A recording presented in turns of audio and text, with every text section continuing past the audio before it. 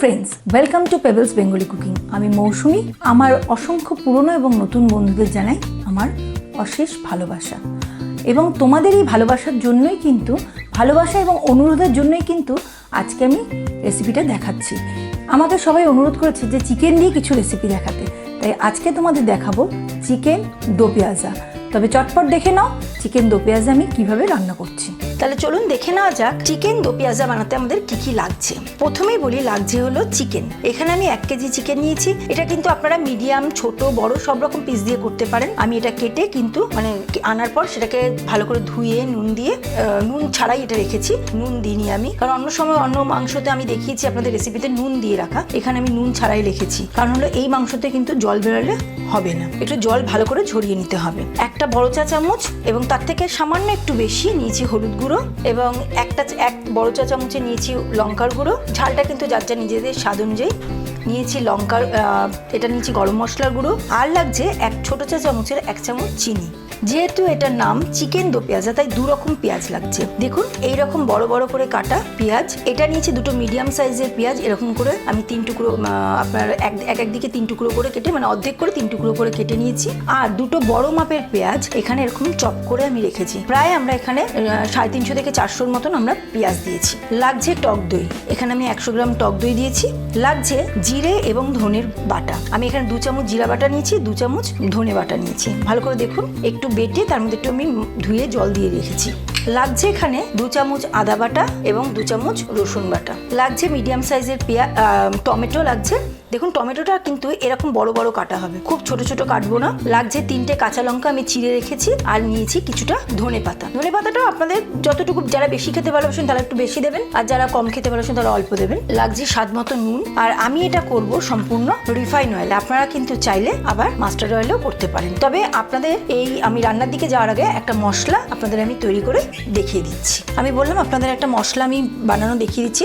সেটা কি, আমরা জানি তরকারিতে যখন আমরা কোনো রেসিপি রান্না করার সময় রান্না করতে করতে দই দিই, সেই দইটা কিন্তু ছেড়ে ছেড়ে যায় একটু।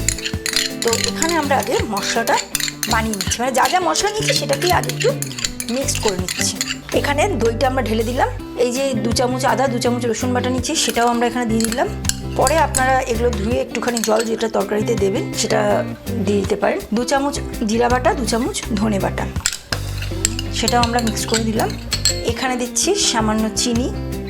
চিনিটা কিন্তু অপশনাল, আপনারা চাইলে দিতেও পারেন, নাও দিতে পারেন।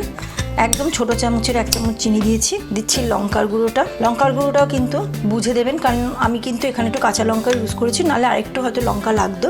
হলুদ দিলাম, আমরা এখানে হলুদ দিলাম। একটু হলুদ আমি রেখে দিয়েছি, যেটা পরে যদি লাগে দেবো। এর মধ্যে আমরা সামান্য একটু নুন দিচ্ছি। পরে তো আমরা তরকারিতে যখন মাংসটা ভাজা ভাজা হয়ে যাবে তখন আমরা নুন দেবো। এর মধ্যে দিচ্ছি আমরা গরম মশলার গুঁড়োটা।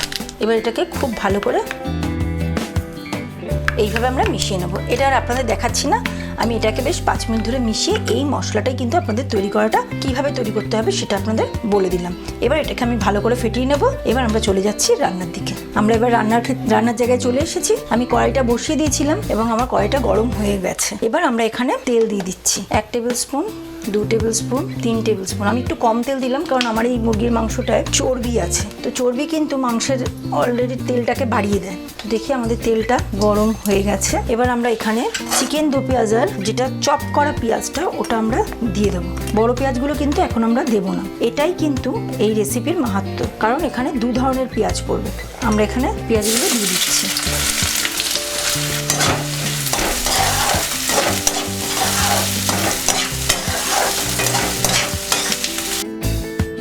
এর মধ্যে আমরা অল্প একটু নুন দেবো, কারণ মাংসে কিন্তু জল বেরোয় বলে আমরা কিন্তু ঝরিয়ে রেখেছিলাম, আর নুনও কিন্তু মাখাইনি। পরে যখন ভাজবো মাংসটা এর মধ্যে দিয়ে, তখন এর মধ্যে আবার বেশি করে নুন দেবো। নুনটা কিন্তু স্বাদ মতো। আমি যতটুকু বললাম, আপনাদের যদি 500 মাংস হয় তাহলে তার ক্ষেত্রে নুনটাও একরকম হবে, আবার 1.5 কিলো হলে একটু আলাদা রকম হবে। আমি এখানে 1 কিলো নিয়েছি, তাই এখানে তার অনুযায়ী নুন পড়বে। আমরা এটাকে ঢেকে দিচ্ছি 1 মিনিটের জন্য। 1 মিনিট পরে আমরা আবার ফিরে আসছি। দেখুন, আমাদের 1 মিনিট হয়ে গেছে। পেঁয়াজটাও একটু হালকা আমাদের ভাজা হয়ে গেছে। এবার এর মধ্যে আমরা মাংসগুলো দিয়ে দিচ্ছি। আমি বলেছিলাম আমার এই মাংসটার মধ্যে কিন্তু একটু চর্বি আছে।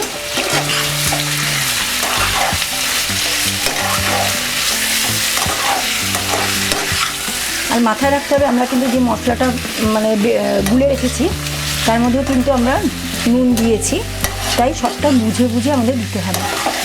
এবার এটাকে একটু হাই ফ্লেমে দিয়ে আমরা এটাকে একটু ভাজার জন্য মাংসটাকে ভেজে নেব।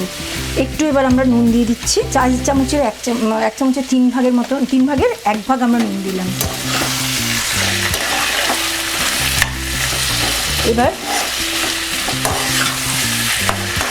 এই মাংসটা এবার ফ্রাই হতে থাকবে। এবার এটাকে আমরা আবার ঢেকে দিচ্ছি।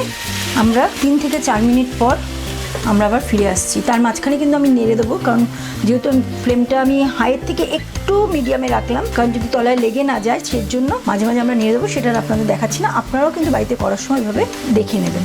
দেখুন আমাদের প্রায় 4 মিনিটের মতন হয়ে গেছে।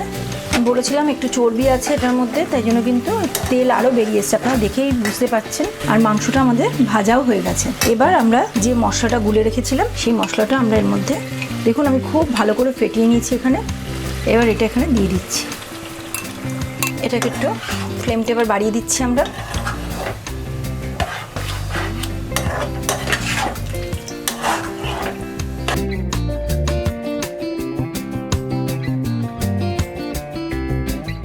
এটাকে খুব ভালো করে মিক্স করে দিলাম। এটাকে আমরা এবার, মাংসটাও সেদ্ধ হবে তার সাথে মশলাটাও কষবে।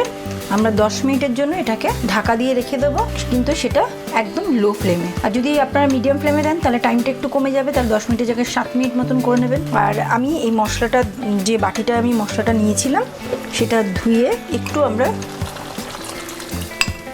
পুরোটা দিলাম না, আমরা 3-4 চামচের মতন জল দিয়ে দিলাম। এবার এটাকে আমরা ঢাকা দিয়ে দেবো। এতে কী হলো, আমাদের তো মোটামুটি 30% মতন মাংসটা ভাজা হয়েই গেছিলো এবং সেদ্ধও হয়ে গেছিলো ওর মধ্যে। এবার এটা যে 10 মিনিট আমরা কুক করব সেটাতে পুরো মাংসটা সেদ্ধ হয়ে যাবে, মোটামুটি 8 থেকে 10 মিনিট। এবার আমরা ফ্লেমটা কিন্তু লো করে দিচ্ছি, করে দিয়ে এটাকে আমরা ঢাকা দিয়ে দিচ্ছি। দেখুন আমাদের 8 থেকে 9 মিনিট হয়ে গেছে। আমি আর 10 মিনিটের দিকে যাইনি, কারণ আমার মাংসটা কিন্তু সেদ্ধ হয়ে গেছে। আর দেখুন কি সুন্দর, আমি বলেছিলাম এর মধ্যে যেহেতু চর্বি রয়েছে, মাংসের তেলও বেরিয়ে এসছে, আর দই ছিল, দইয়ে কিন্তু একটা তেল বেরোয়। তো এবার আমাদের ফ্লেমটা বাড়িয়ে দিচ্ছি। তার সঙ্গে এবার আমরা যে জিনিসগুলো দেবো, এই যে আমার কেটে রাখা বড় বড় পেঁয়াজগুলো দিয়ে দিচ্ছি, তার সাথে দিচ্ছি কাঁচা লঙ্কা এবং এই টমেটোগুলো। এটাই কিন্তু দো পেঁয়াজের একটা স্পেশালিটি। এবার এর মধ্যে আর আমি কিছুটা ধনেপাতা রেখে দিলাম গার্নিশিংয়ের জন্য। এবার এটাকে কিন্তু আমরা মিক্সড করে দিচ্ছি। আর কিন্তু আমাদের জল দিতে হলো না, দই থেকে একটা জল বেরিয়েছে, সব মশলার মধ্যে একটু একটু জল ছিল। এবার এটাকে আমরা 3 থেকে 4 মিনিটের জন্য ঢাকা দিয়ে দিচ্ছি। আমার প্রায় 3 মিনিট মতন হয়ে গেছে। পেঁয়াজগুলোও কিন্তু কি সুন্দর একটা সেদ্ধ হয়ে গেছে, তার সাথে দেখুন দেখতেও কত সুন্দর লাগছে এগুলোকে। এর জন্যই কিন্তু এই রেসিপিটির নাম চিকেন দো পেঁয়াজা।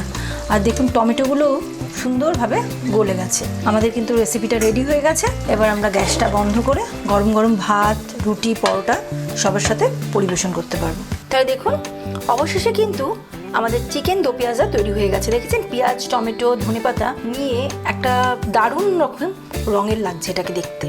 আর আমার তো ভীষণ ভালো লাগছে, নিশ্চয়ই আপনাদেরও খুব ভালো লাগছে। তাহলে চটপট বাড়িতে কিন্তু রান্না করে ফেলতে হবে এই চিকেন দো পেঁয়াজা। রান্না করার পর যদি ভালো লেগে থাকে তাহলে পেবেলস বেঙ্গলি কুকিং চ্যানেলকে সাবস্ক্রাইব করতে ভুলবেন না, লাইক ও শেয়ার করতেও ভুলবেন না, এবং কমেন্ট বক্সে আমাকে লিখে জানাবেন চিকেনের রেসিপিটা আপনাদের কেমন লাগলো, বা অন্য কোনো রেসিপিও যদি জানতে ইচ্ছা করে সেটাও আমাকে লিখে জানাতে পারেন। তাহলে চটপট তৈরি করে ফেলুন চিকেন দো পেঁয়াজা।